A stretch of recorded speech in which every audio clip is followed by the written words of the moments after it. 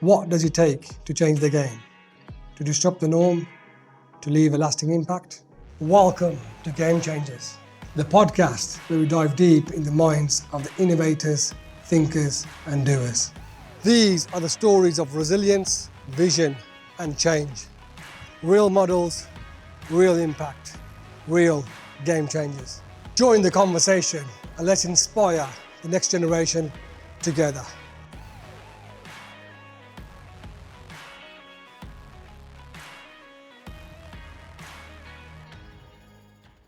Welcome to Game Changers. My name is Basharat Dad. I'm founder and CEO of our Community Foundation.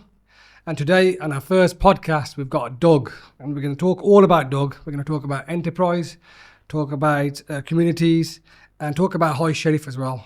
So welcome, Doug. Yeah, so I'm Doug Wright, for 1 year only, the High Sheriff of the West Midlands, which I'm sure we'll come to later. Day job is I own a restaurant company.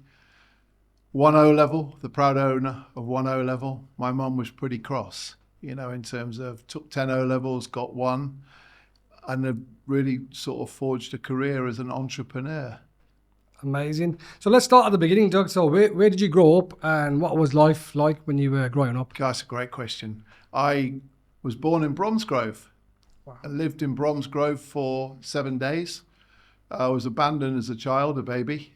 So my parents actually drove down from Glasgow because the adoption laws were simpler in England than Scotland.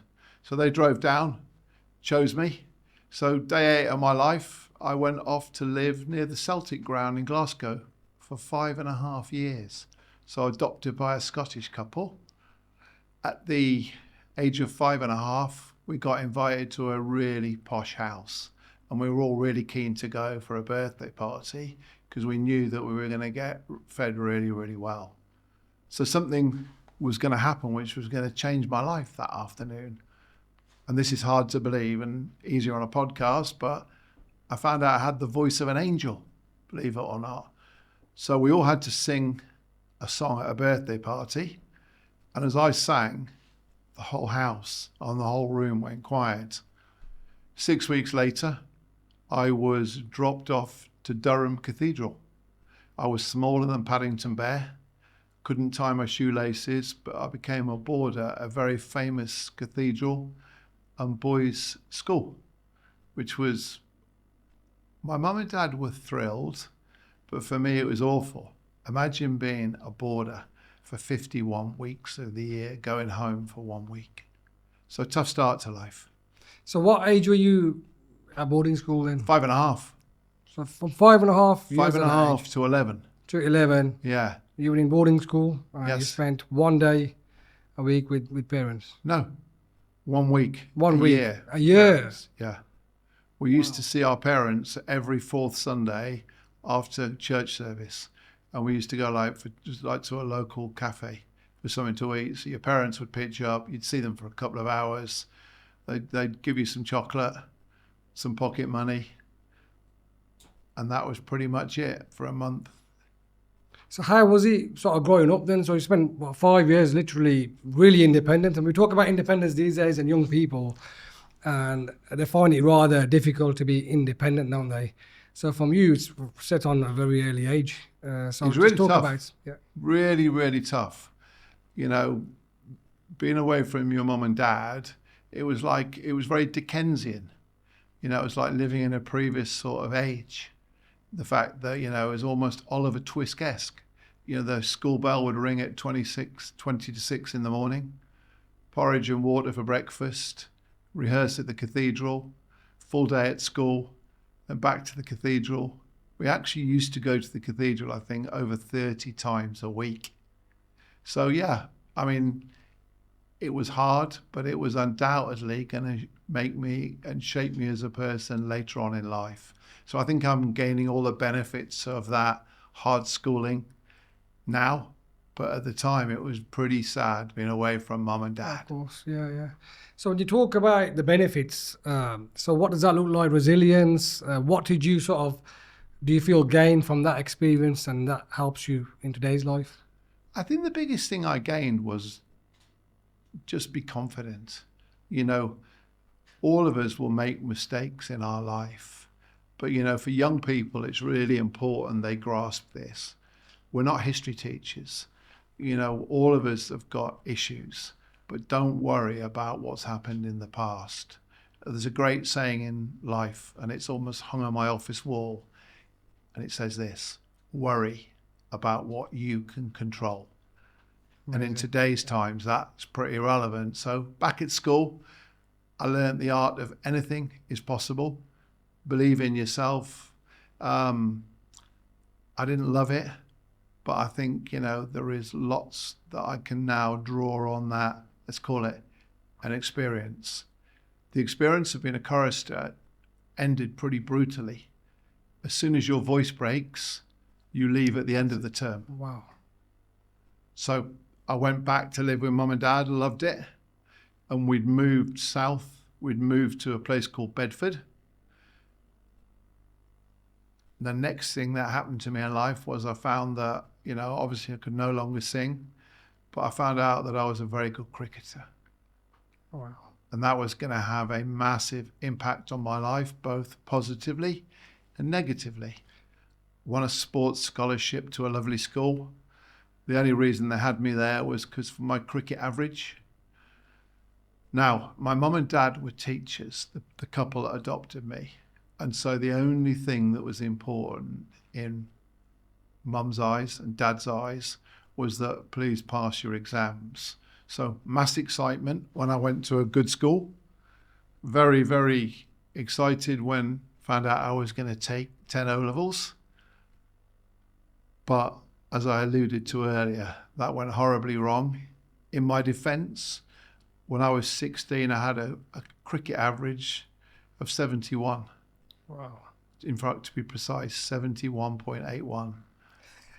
But you can imagine, in the days of 1981, there was no internet, there was no email, and wait for this, there was no Love Island.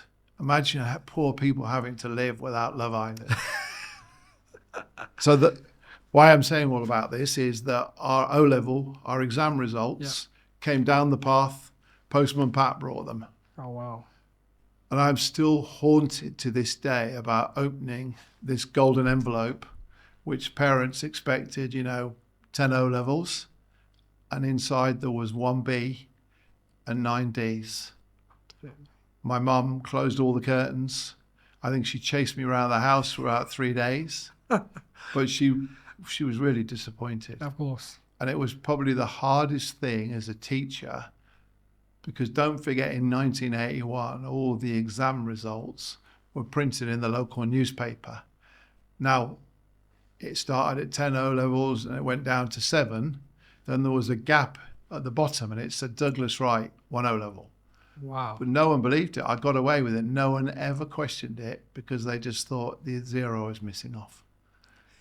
So to this day, I got away with it completely. Oh, wow. Now, my recovery strategy was even more awful. My recovery strategy was to say that I wasn't going to retake my exams and that I was going to get a job at the local restaurant. This restaurant chain had come over from America. No one had ever heard of it. And the thing I loved about it was there were no knives and forks. The restaurant used to open at 10 o'clock in the morning and shut at 4 o'clock in the afternoon.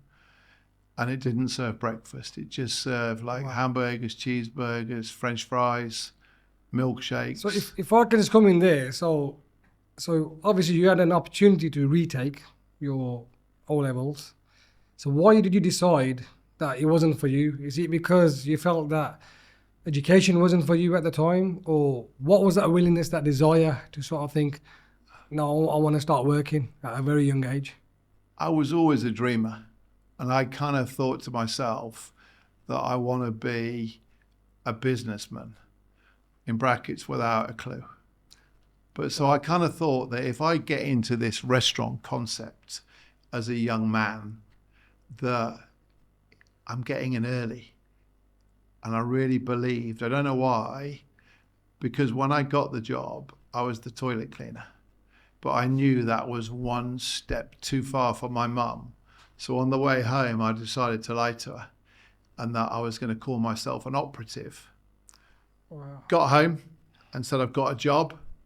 Mass excitement in the house because as a 16-year-old, I was pretty much unemployable. You know, I had no life skills. I didn't know what an iron was. It was always somebody else's fault that I was late. My bedroom was an unequivocal tip. And I was pretty much the person that you would not employ.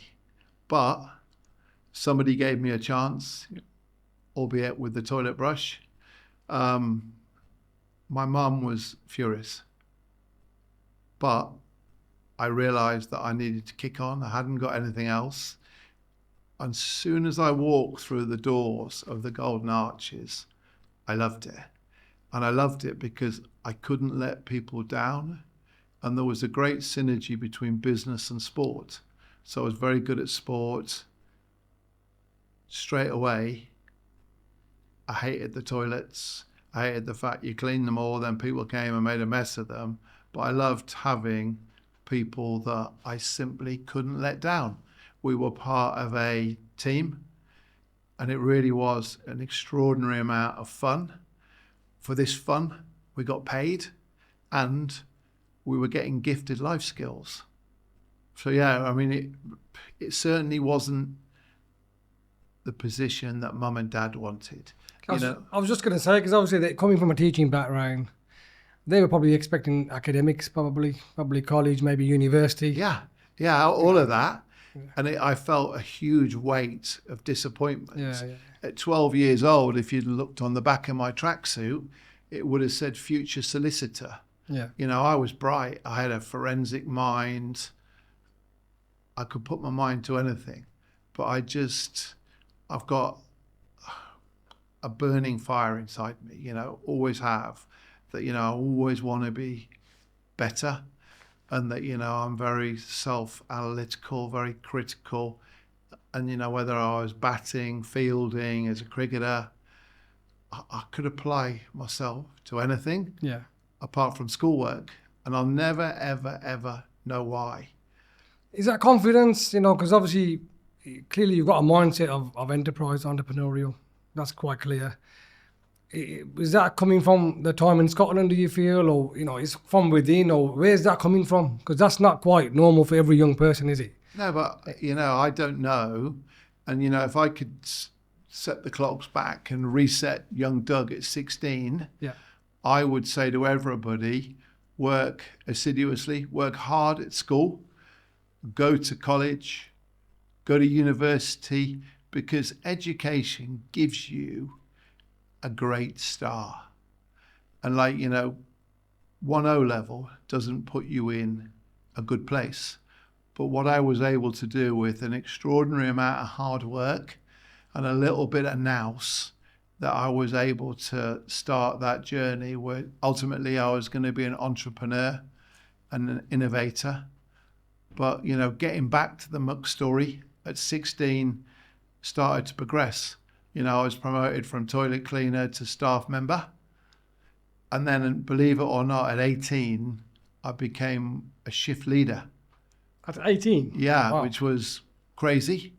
So are you managing people at that age then? Or? Yeah, I know, when you look at me, it's hard to believe. But at 18, yeah, I was. Wow. And even more unbelievable was that they entrusted me to bank all the money. I had the safe key, the front door keys.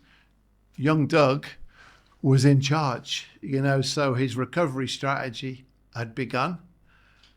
And then at 20, I was called to head office and I was promoted to their youngest ever restaurant manager. Wow. And even my mum used the word, wow. My mum was starting to she wasn't entirely smiling with a full smile, but she was getting warmed up. The cab was off the rank in my mum's eyes. And like, you know, I'd gone from 0 to hero. 4 years at McDonald's was extraordinary. You know, I'd learned so much. I was a better person. The first restaurant manager at 20 in the McDonald's global system was fantastic. and I was in charge of 155 people. Was sent to the city centre in Oxford. Great place, very lively. And then my life took an awful, awful step. 7 months into this job, when the world couldn't have been any better, I had a routine night out with the boys. Obviously, none of us ever drank, and never took alcohol and drove. So we used to take it in turns to be the driver. So popped off to Milton Keynes for a night out. On the way home, I had a car accident that was going to shape the rest of my life. I broke my neck in a car crash, and broke my neck. And for 5 months, all I could do was nod. I was paralysed from the sort of the chin downwards, and that was horrific.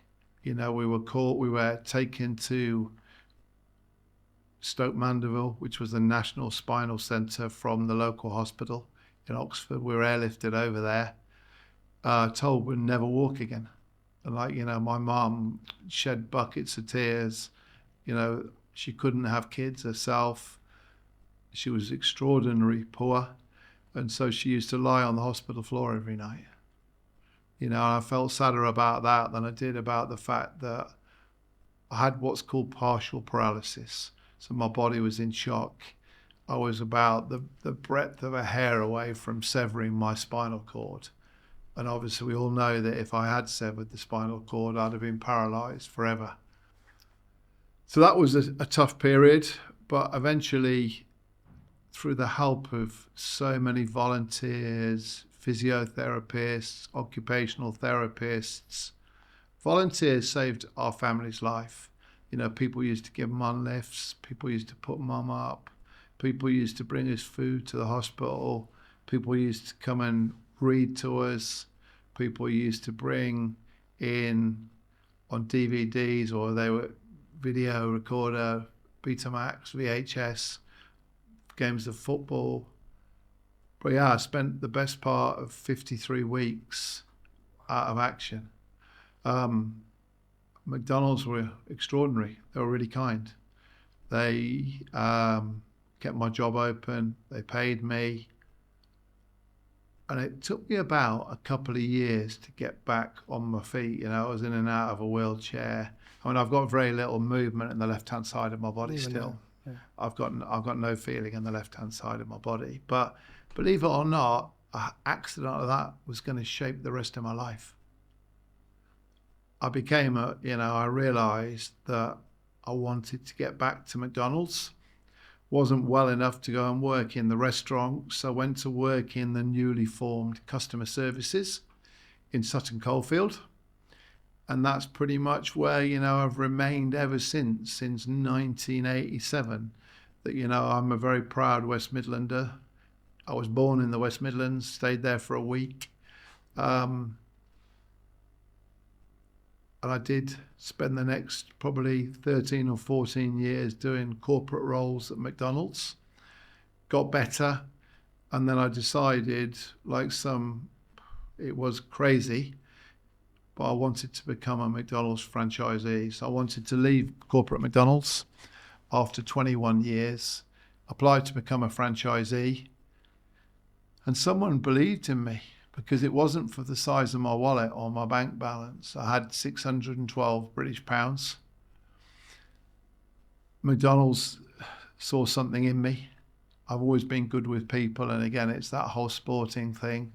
It certainly wasn't the academical side of me. But McDonald's, I resigned, became a franchisee, set up a limited company, and first year of trading was 2003. First franchise was in Lichfield City Centre. The absolute dream was to own 2 restaurants, but we started with 1. First year we took £1,002,002. Never worked so hard in my life. That no one ever says, it never says on the tin that being an entrepreneur, a business owner, female or male, that it is really hard work. You see that golden arch and you think it's the path to gold. But all of a sudden, I earned £4,000 in the first year. I was pretty much there, locked in 7 days a week. I had 31 employees, but loved it, absolutely loved it. And I think there's the first lesson to young people, that if you are passionate about something, you can turn that into a very successful business. But you've got to accept along the way there'll be plenty of bumps in the road. The pavement and the roads aren't coated in gold. But if you believe in something and you're passionate about it, that gives you an extraordinary start. So you talk about passion, we talk about resilience, we talk about mindset as well, because I think, from what you've been through, by the time you had the accident, unfortunately, to come back from that takes a particular mindset, because a lot of people probably would just give up, wouldn't they? They probably think, you know what, I'm not very well, I'm happy where I am, I'll just get a job somewhere. But it looks like that wasn't Doug.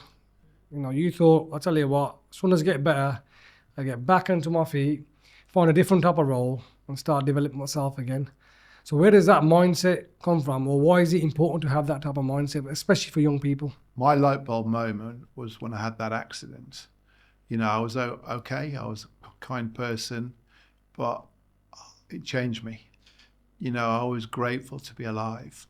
When someone says you won't walk again, that's very difficult words to understand and digest.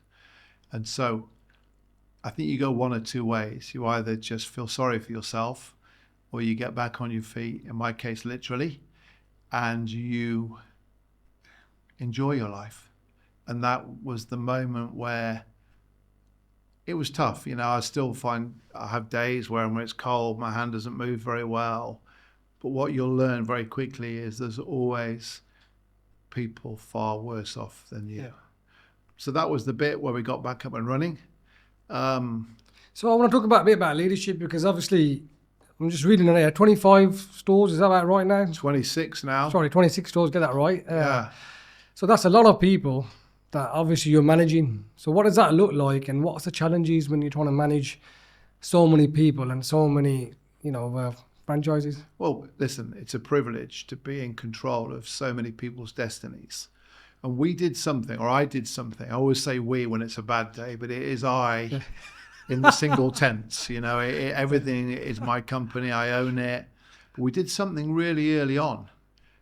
We decided that we were going to, in today's world, you'd call it culture. Yeah. But we were going to put people, and we were going to be people-centric. So we were going to treat people in a very special way. So whenever someone came to us, we always started off with the mindset, why wouldn't we?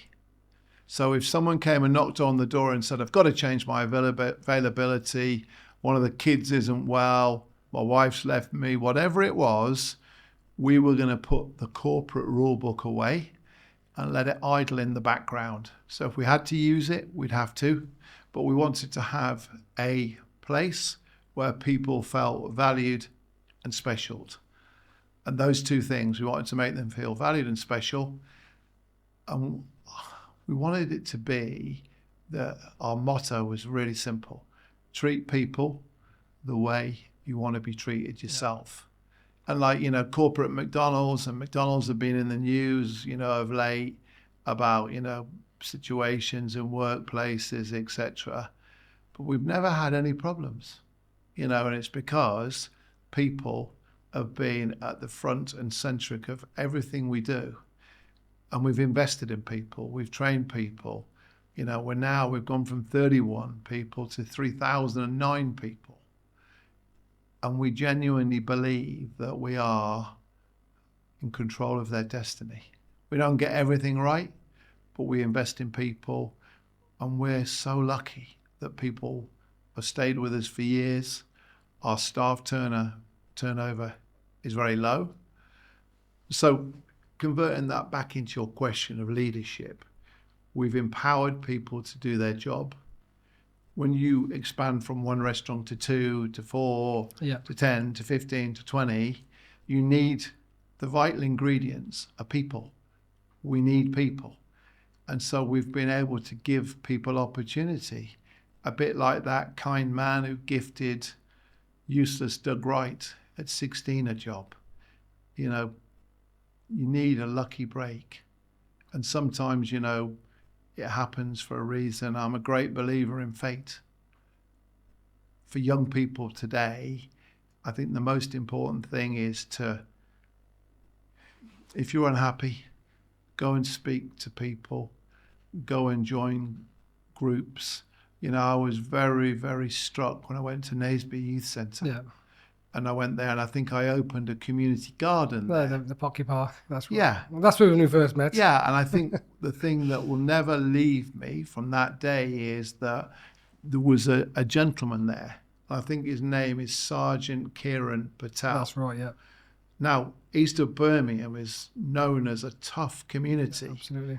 But what I took away from that day is that if we all work together harmoniously, the world will be a better place. Absolutely. And that police officer that day was the community catalyst. Yeah. He wasn't just a police officer. No.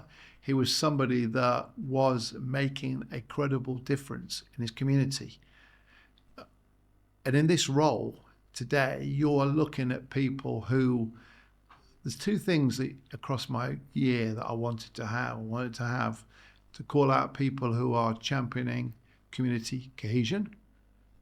And he's a best-in-class example. Absolutely. You know, he's probably in his 30s, 40s, but, you know, I would love to be him. Yeah. Because he was almost like, if you're old enough to know about it, he was like the Pied Piper. Yeah. He's got presence. Yeah. But he's got presence because people respect him. I mean, I absolutely agree. I mean, we at our community foundation, we work with the Sergeant Kieran Patel and his team, and we're based in East Birmingham. You know, we're looking at place-based community work. We want to make sure, you know, young people have opportunities. We want to make sure, you know, they've got jobs and skills opportunities, youth leadership opportunities, all the stuff that we just talked about. And one of the reasons behind this podcast of Game Changers is about talking to people like yourself, because it's mentorship. Yep. We want to make sure that we get your story out there, you know, because what we feel is that a Doug Wright is not just a Doug Wright, you're a real model. And there's a difference between a role model and a real model. And part of our strategy going forward in the next 5 years is showing people the difference, because anybody can be a role model. That could be somebody who might be a local drug dealer with a nice sports car in East Birmingham.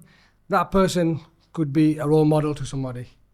What we're saying is we want real models. People who've gone from nowhere, from in the city of Birmingham, a Doug Wright who came from literally nowhere with all the ups and downs, all the issues, all the complications, but yet had a purpose, had a vision, had that entrepreneurial journey to make sure that, yes, I want to make a difference, I want to do this, this is what I want to do.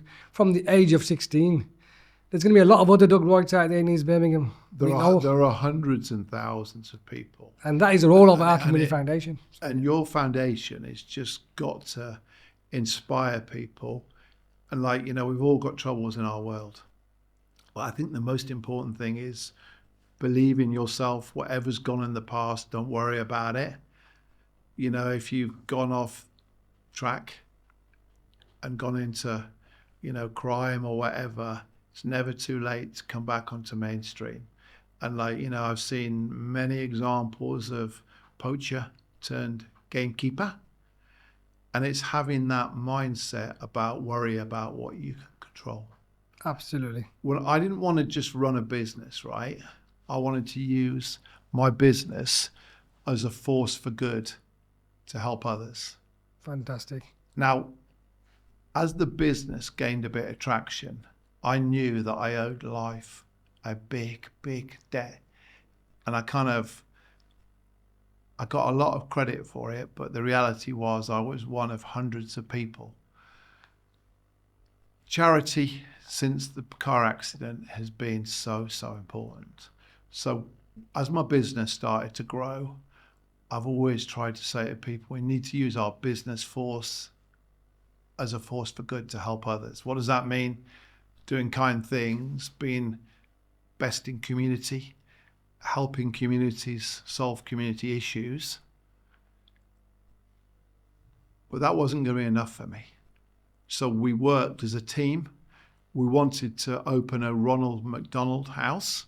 What is a Ronald McDonald House? It's a home away from home where it's a place that no parent ever wants to be, because it means that your child is poorly in hospital.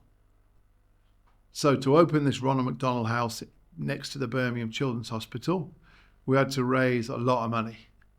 And it, was a lot of money. And we raised it from communities, we raised it from customers in the restaurant, from corporations.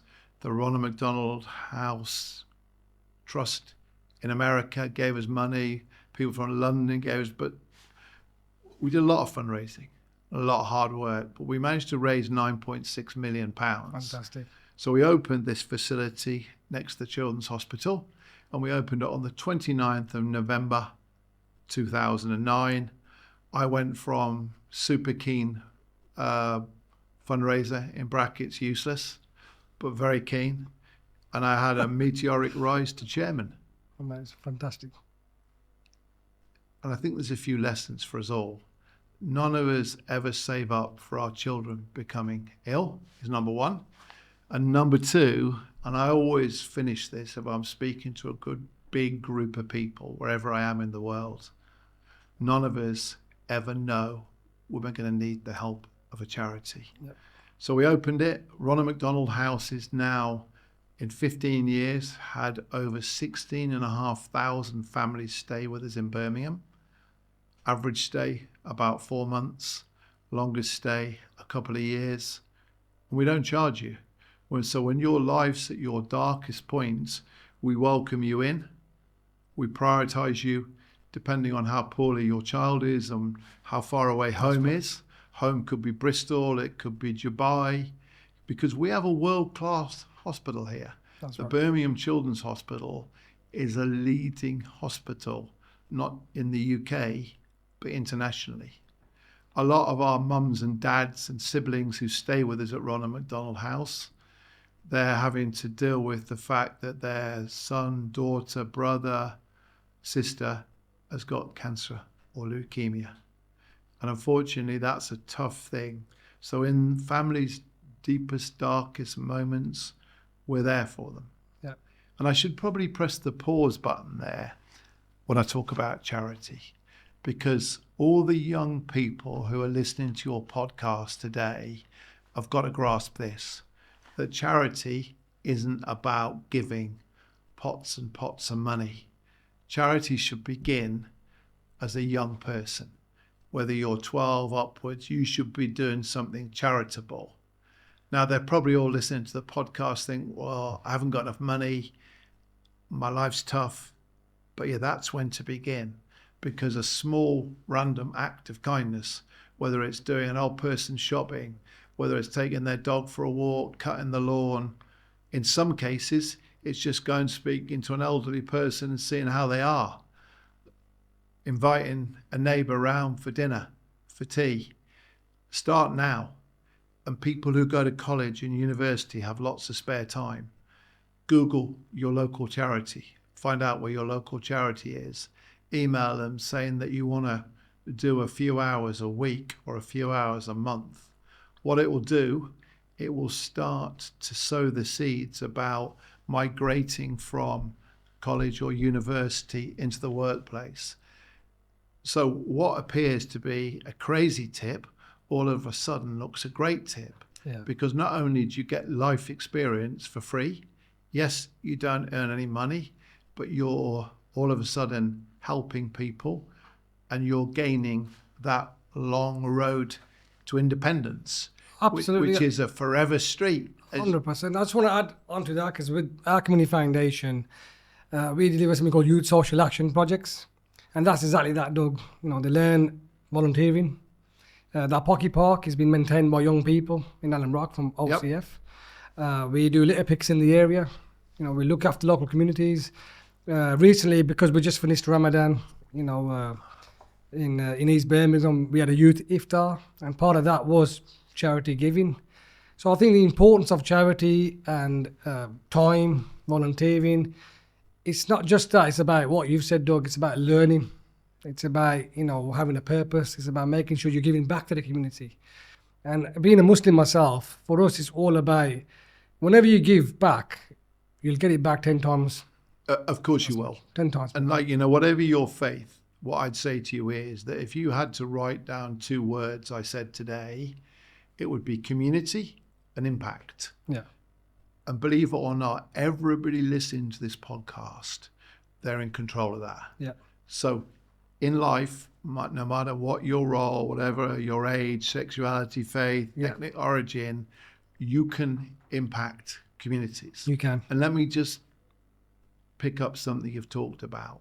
One of the greatest things that things like iftars do is that we can use our common love of food to bring people together. Absolutely. And iftars aren't just about eating. They're about opening your door in our community to make impact. Because the one thing Doug Wright will stand for is community cohesion. In simple terms, that means being happy, living together, and respecting and values. Because we've all got different values and different faiths. Of course. We're never going to agree about everything, but what we've got to do is use our energy to live together happily ever after. And put humanity first. And the world is such a better place if we look out for everybody as opposed to disagreeing. So, that's pretty important for me. So don't forget the 2 words, community, impact. And I have nothing but respect for people who open their doors to other communities. It probably migrates and brings us pretty well onto this year, in 2022. Before I go on to that, because I've seen there's a couple of, there's a long list of acronyms after your name. So the MBE, if you want to just talk about that, and then the DL, that not many people are aware of what a DL is, and the MBE, and then we'll talk about the high sheriff. Yeah, 2022, things started to happen in my life. And some my mum would agree with, some she wouldn't.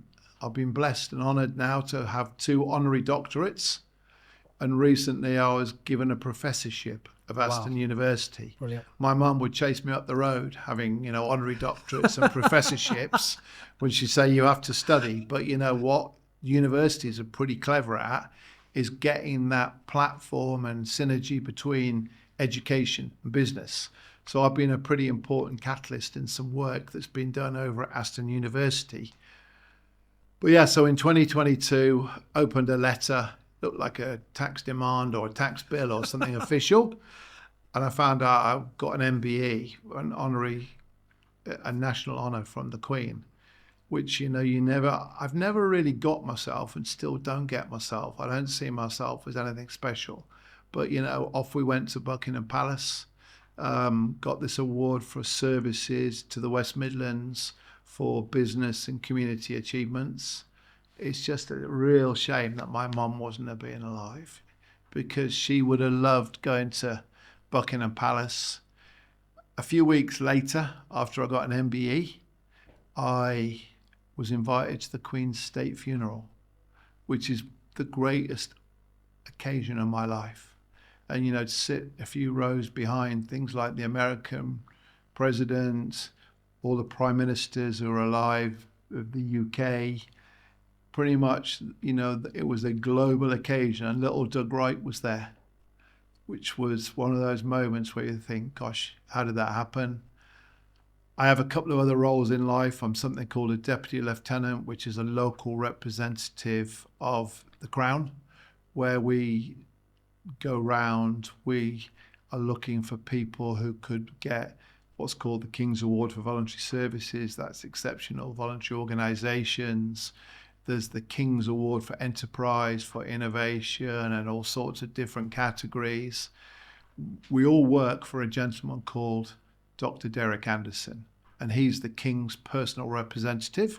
And what we do is we stand in for Derek, and we'll go and visit organisations, charities, things like D-Day, Poppy Sunday, and a lot of religious occasions. We were at a temple on Friday in Handsworth, where there was over 600 people celebrating an extraordinary achievement. That was their 50th anniversary. Temples, churches, mosques, they're the things that dictate and influence communities. So we go and talk at those. So it's a pretty sort of wide plethora of different things, but we work for Derek Anderson, who is the Lord Lieutenant. So that's a nice thing to do. I've chaired a couple of charities. And then I got this letter, and it was for 1 year to be something called the High Sheriff of the West Midlands. So when I got it, I think we had most of our kids at home that day. And when I got it, I said, oh, I've got this letter. And it said, I've been made the High Sheriff of the West Midlands. So straight away, you can hear all the kids Googling, what is a High Sheriff? And all of a sudden, we all realised that it was pretty significant that you're, in essence, the highest judicial officer in the county of the West Midlands. You're the King's representative for 1 year only, law, magistrates, emergency services. It's a mixture of civic, community, charity, and it goes back to Saxon times. And in Saxon times, you were given a horse and you were the enforcer of law and order. Right. Now, one of my kids saw this picture and said, gosh, it was like court dress. And they said, gosh, it's a good job you haven't got to wear that, Dad. That looks pretty official. And then suddenly one of the kids shouted out, oh, yes, you do. So you still get to wear that special uniform. I wasn't sure if I'd love dressing up in the uniform, but as soon as I put it on, I felt an immense amount of pride. Yeah. And I kind of realised that being the High Sheriff of the West Midlands was a big thing. That, you know, there were many dames and sirs. There was even 2 of the original Cadbury's family who'd been High Sheriffs of the West Midlands. So for a role I wasn't sure about, it's been the greatest year of my life. You know, I've been incredibly privileged to have a good look under the bonnet of the West Midlands. Always thought I knew the West Midlands pretty well, but for a year, I've been given prescriptive license to go out, and I really wanted to make sure that I did the role justice, made sure that people found out what the High Sheriff was. I think when we started, we had 11 followers. We've now got over 6,000 people a month who open our newsletter. Fantastic. And I wanted to be remembered for the man who did genuine community outreach, so that as we get invited to everything, we don't go to all just important stuff. We go into communities, and communities that perhaps hadn't had VIPs and visitors before. And I kind of wanted to inspire people, because I don't get myself, but I wanted to make people realize that if you have this role, that as you speak, people listen to you. Yeah. And they remember you come in. And if I can just, you know, at the end, the legacy can be that I was the person who really got genuine community outreach to those communities who don't always get the spotlight upon them.